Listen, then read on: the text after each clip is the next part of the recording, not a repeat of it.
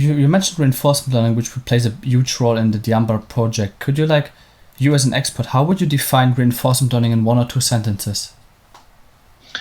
Well, I see reinforcement learning as a paradigm where you let a machine, you let an algorithm program itself by just interacting with the environment. So this is how I see it.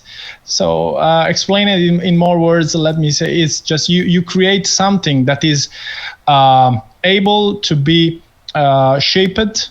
Okay, it has a lot of degrees of freedom. You place this thing inside an environment and let it just experiment.